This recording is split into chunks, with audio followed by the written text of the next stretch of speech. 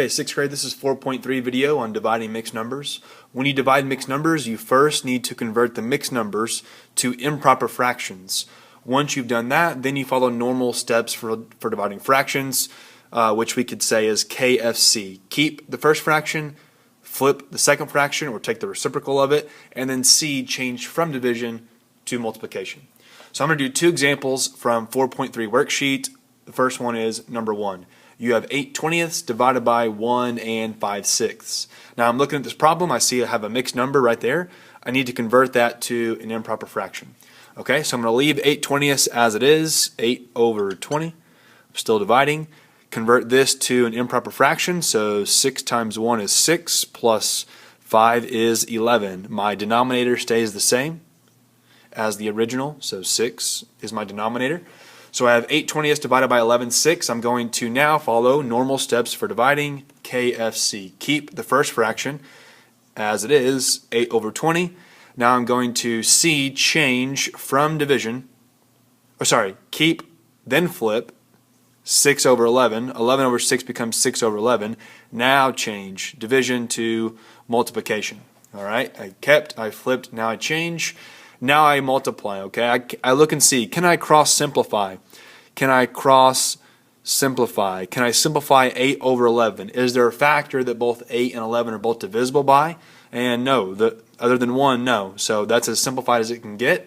What about as 6/20? Is there a common factor that 6 and 20 are both divisible by?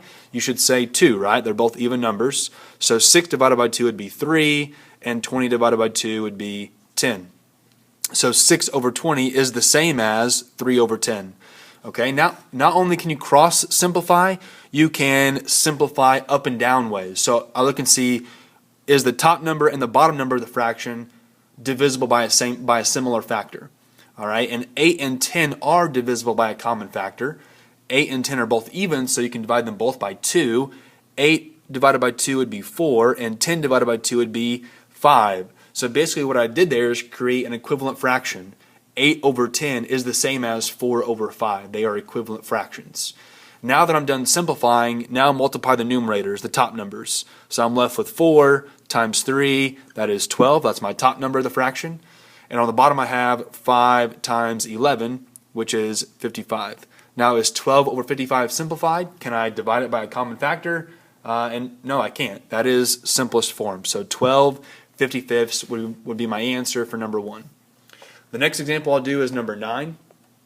Number 9, I'm dividing two mixed numbers, 9 and 2/3, divided by 6 and 8/9. So the first thing I need to do is convert these mixed numbers to improper fractions. So let's convert 9 and 2/3. 3 times 9 is 27. 27 plus 2 would be 29. So I have 29/3 divided by, convert this one, 9 times 6 is 54. 54 plus 8 is 62.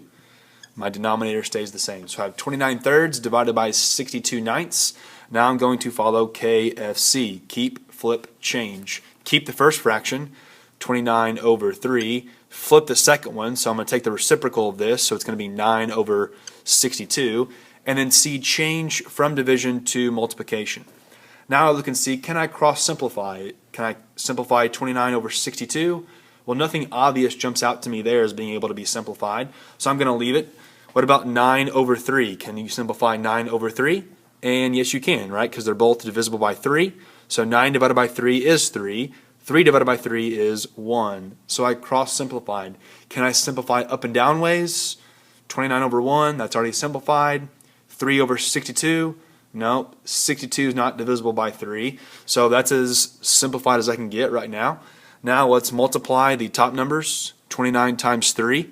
If you don't know what that is, you might have to set it up like this. 29 times 3. 9 times 3 is 27. 3 times 2 is 6, plus 2, that's 87. So 29 times 3 is 87. That's my numerator. My denominator is 1 times 62, which is 62. I'm left with an improper fraction. Let's change this to a mixed number. So I'm dividing, right? That's what that horizontal fraction bar means, divided by. So I have 87 divided by 62.